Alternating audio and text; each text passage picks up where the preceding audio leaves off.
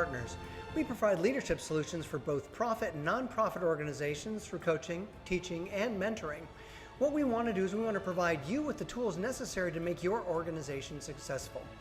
We know that we can do this through leadership coaching and training, and I encourage you to go to our website at christianleadershippartners.org, and I believe that you'll find a lot of the tools necessary to help you change your organization for the better. Whether it's developing your own leadership skills or the leadership skills of those underneath you, we want to provide you with the tools necessary to be able to do that.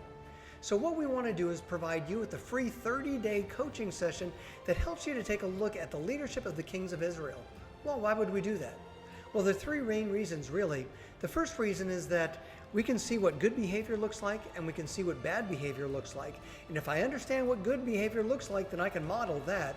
And if I understand what bad leadership looks like, then I can make sure that I avoid those things. The second thing that we want to do is we want to take a historical look at the record of what we see in the Bible. What this does is it provides us with an exact picture of what was done and the results of that. So I can take a look at planning, preparation, execution, and I can see what the results of those things were. And if I can understand what they did in each one of those different phases, then I can apply those to my own life, and I can be as successful as they were and avoid being as disastrous as some of them were as well. What we want to do today is we want to take a look at King Hosea. King Hosea was the final king of the king of Israel, and it's very interesting because he was the final king, but his name in Hebrew, it actually means Joshua. So the first leader as they crossed over the Jordan's name was Joshua. So the last leader that led the nation of Israel was Hosea, the exact same name in the Hebrew. And what we want to do is take a look at that. So ideally what we're going to look at today is our ethical decision-making process. And we're going to compare that really with all of the kings of Israel because none of them really did very much good whatsoever. None of them followed the ethical decision-making process. We're going to talk a lot about that today. But let's take a look at King Hosea here. This is 2 Kings 15:30, and it says, when then Hosea, son of Elah, conspired against Pekah and assassinated him, he began to rule over Israel in the 20th year of Jotham, son of Uzziah. So we can see that Hosea went in and just like all those that preceded him, he killed the guy ahead of him. So he wanted this position more than anyone else, and he went in with his own self-interest at heart, and we know that these problems ended up coming back and biting him, so to speak. Let's take a look at the next verse. The next verse tells us that he did what was evil in the Lord's sight, but not to the same extent of the kings of Israel who had ruled before him. So what we're seeing is that he didn't really get into idol worship. He was more into self-worship. And a lot of us as leaders are like that. What we want to do is we want to make sure that we're not putting our needs or the needs of ourselves over the needs of the organization or over the needs of our people for that matter. So what we want to do is we want to make sure that we're following this ethical decision-making process that is set before us. And if I can do that, then I know that I can be successful in everything that I set my hands to. So we have an acronym that helps us to understand what that is. And if you write out the word ethical, then we can find out a different line for each one of those, and it'll help us focus on what we need to do as far as ethics go. Now, the E in ethics stands for equal treatment of every member of the team.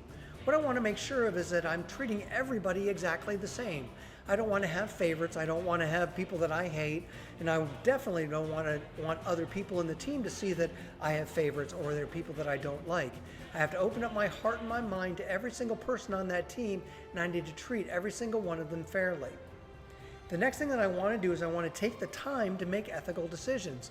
So if I rush right into something, that's typically a recipe for disaster.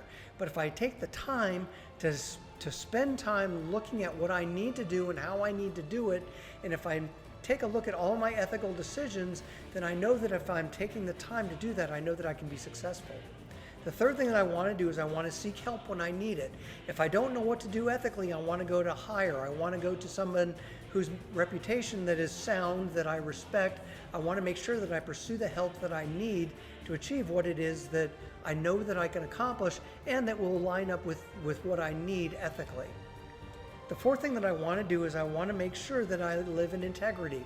I want to make sure that everything that I set my hands to is done with integrity.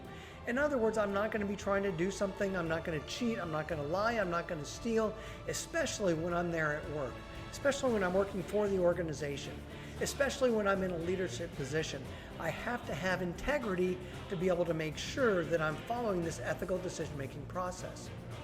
The next thing that I want to do is I want to make sure that I communicate both verbally and non-verbally. If I can communicate in this aspect, and if I can communicate a good sound vision that follows ethical guidelines, then I know that my team is going to be following the exact same thing as me. The next thing is that I want to make sure that I admit mistakes. If I go out and I make an ethical mistake, or if I make a wrong decision at some point, the people underneath you are going to know that you've already made the mistake and you're not admitting that you're a failure. What you're doing is you're just saying, you know what, we went down this wrong path, we need to stop here, we need to go down this path. Don't be afraid to step up to your superiors as well and say, look, I screwed up here, we need to fix this as quickly as we can, and they're going to help you, they're going to appreciate you rather than fire you because you tried to keep it a secret or to change something. So what we want to do is we want to make sure that we always act ethically as well. And the last thing is that we want to look for opportunities to do the right thing. If I'm always looking for an opportunity to do the right thing, guess what's going to happen? You're going to be able to see these things come to pass. And that's what we want to do as leaders. We want to make sure that we can do this process of looking for something to do ethically, something to do that's in line with the ethics of the company, something that's in line with what we believe that we should be doing as leaders. The moment that I can do that, then I know that others will follow my ethical example as well. So let's continue on taking a look at Hosea. Now we can see that Hosea went through and had all these problems and all these difficulties, but we can also see that he absolutely made some poor decisions as well. Check this out. This is 2 Kings 17:4.